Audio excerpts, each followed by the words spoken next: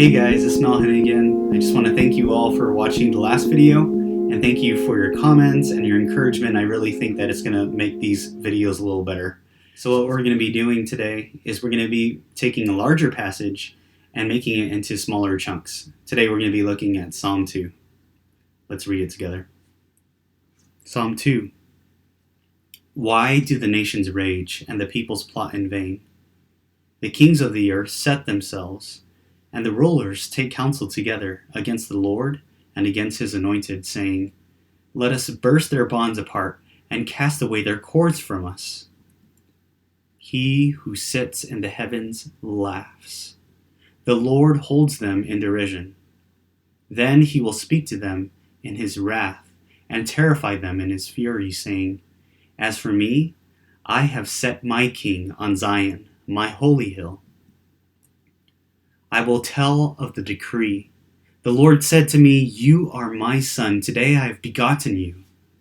Ask of me, and I will make the nations your heritage, and the ends of the earth your possession. You shall break them with the rod of iron, and dash them in pieces like a potter's vessel. Now therefore, O kings, be wise. Be warned, O rulers of the earth. Serve the Lord with fear and rejoice with trembling.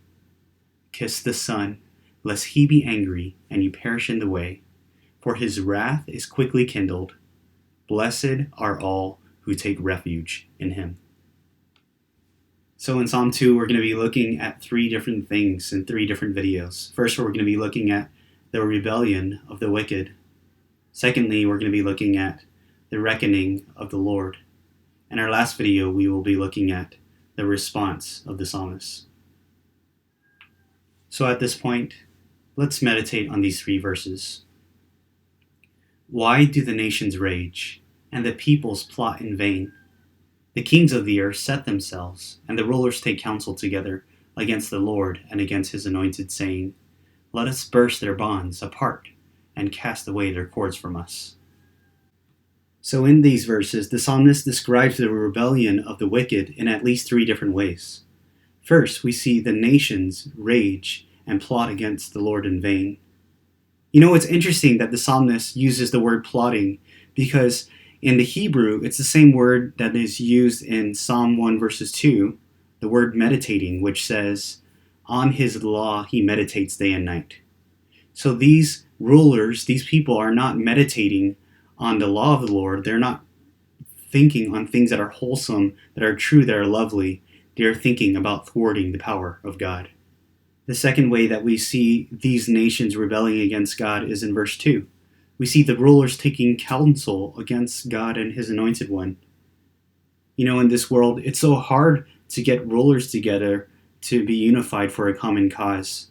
But in this case, not only are they unified, but they are unified and they are scheming and planning together in order to get rid of God as their sovereign ruler and creator.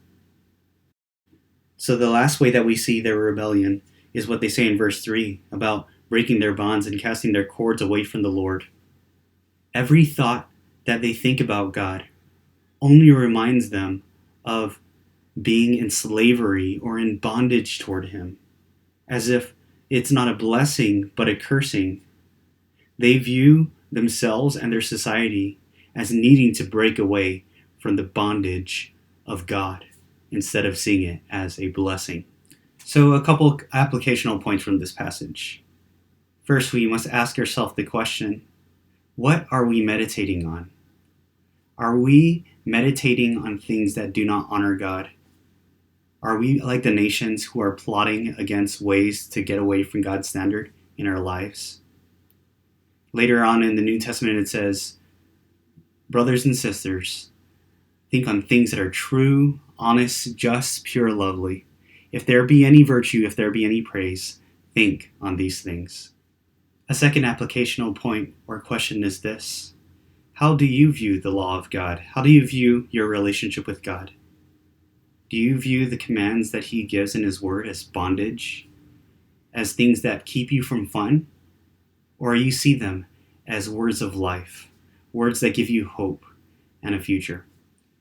So I wanted to make this short and simple, and I hope it gave you some things to think on and chew on today. And if you like the content on this video, please subscribe to my channel.